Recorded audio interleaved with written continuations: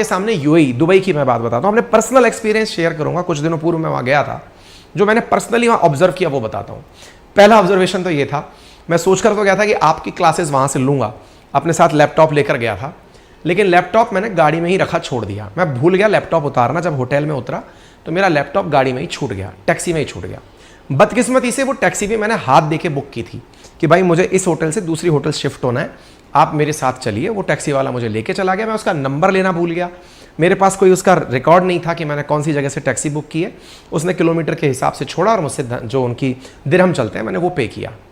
आप यकीन मानेंगे, अपने देश में आप राह चल रहे हैं, राह चलते हुए अगर आपका मोबाइल छिन जाए और पड़ोस में नियरेस्ट पुलिस स्टेशन, और छोड़िए पुलिस स्टेशन के सामने से मोबाइल छिन जाए, तो भी आप लोगों को इतनी असुविधा होती है कि ये मोबाइल मिलेगा कि नहीं मिलेगा वापस।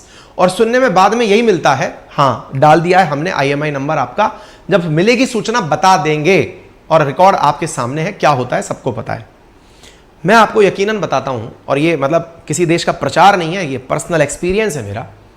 विदिन 24 आवर्स मेरा शाम को सामान गया, विदिन 24 आवर्स वो गाड़ी वाला होटल के गेट पर 2 घंटे से मेरा इंतजार सामान लेकर कर रहा था। आप पूछेंगे ये कैसे संभव हुआ? क्योंकि वो देश अपने देश में आ रहे हर टूरिस्ट का ही नहीं, हर नागरिक की सुरक्षा का इस लेवल तक ख्याल रखता है। आप पूछेंगे ये संभव कैसे हुआ? मैं होटल वाले के पास गया, मैंने जाकर बोला कि भाई मेरा ऐसे ऐसे लैपटॉप छूट गया फला फला गाड़ी के अंदर, मैं उतरा था। उन्होंने कहा कोई दिक्कत नहीं है। उसने तुरंत लैपटॉप से कैमरा जूम किया, गाड़ी का नंबर देखा, नज़दीकी जो सेंटर था उसने कंपनी का नाम देखा कि इस कंपनी की गाड़ी है, वहाँ कॉल किया, पता चला कि वो जो ड्राइवर है वो मूल रूप से पाकिस्तान निवासी है। यूएई के अंदर सबसे बड़ी संख्या में भारतीय, उसके बाद पाकिस्तानी रहते हैं। ड्राइवर पाकिस्तानी है, अपने अंदर वो वाली फीलिंग आई, और ये तो पाकिस्तानी आदमी है, पाकिस्तानी तो लैपटॉप देगा ही नहीं, इतना महंगा। अपने दिमाग में ख्याल चल रहे हैं। मैंने अपने आपसे फर्स्ट हैंड एक्सपीरियंस शेयर कर रहा हूँ, ये मैंने अभी तक शेयर नहीं किया पब्लिक डोमेन में, बता रहा हूँ मैं आपको। फिर क्या हुआ, मैंने फ़ोन किया कंपनी को, तो कंपनी ने कहा कि सर हमारी टैक्सी में आपका लैपटॉप छूटा है, ये जानकारी हमें पता चल गई। मेरे मन में कौतूहल रहा कि यार पता कैसे चली? पता इस तरह चली कि जिस टैक्सी में मैं बैठा था उसमें 3 कैमरे लगे थे, जिसमें से उसकी जो पीछे की डग्गी है जिसमें सामान रखा जाता है वो, सीट जो बैठी है वो, ड्राइवर जो गाड़ी चला रहा है वो, तीनों के तीनों मॉनिटर होते हैं एनी टाइम सरकार के द्वारा। आपकी एक भी गली या डेड पॉइंट ऐसा नहीं है जहां कैमरा ना लगा हो, जिसकी निगरानी ना हो रही हो। पूरी तरह सर्विलांस पर चलने वाला वो सिस्टम है। मैं अपने एक्सपीरियंस क्यों शेयर कर रहा हूं, आप सोचिए। वहां पर जब मैं रुका मेरे मन में बहुत डर बैठने लगा, क्योंकि इंडियन एक्सपीरियंस था मेरे दिमाग में।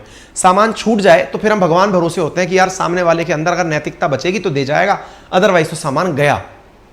वहां पर सामान वो चाहकर भी अपने साथ नहीं रख सकता था, क्योंकि टैक्सी जब उसने हैंडओवर करी, उसने चेक किया तो वो कैमरे में कैद हो चुका था कि उसको सामान में लगेज मिला है। लगेज मिला है तो उसको देने आना ही था, ये उसकी मजबूरी थी। अब आप सोचकर देखिए किस प्रकार की व्यवस्था। मुझे जानकर आश्चर्य हुआ जब होटल वाले ने मुझसे ये कहा, सर अगर मोबाइल छोड़िए, आपकी जेब से पैसे भी गिरे रह जाएंगे ना, वो भी वापस आएंगे।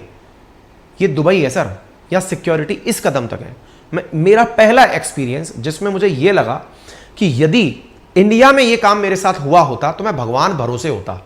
दूसरी चीज, इंडिया में सामान, मेरा पर्सनल एक्सपीरियंस, जब मैं IIT पढ़ने गया था, मैं ट्रेन में बैठा हुआ हूँ, फ़ोन पे बात कर रहा हूँ घर वालों से, विंडो पे यूँ हाथ लगा रखा है, मैं विंडो पे हाथ लगा के बैठा हूँ। कानपुर सेंट्रल की घटना है, ट्रेन चलने वाली है, ट्रेन चलती है, मेरा हाथ तो यहीं लगा रह जाता है, लेकिन मेरा फ़ोन हाथ में नहीं होता है।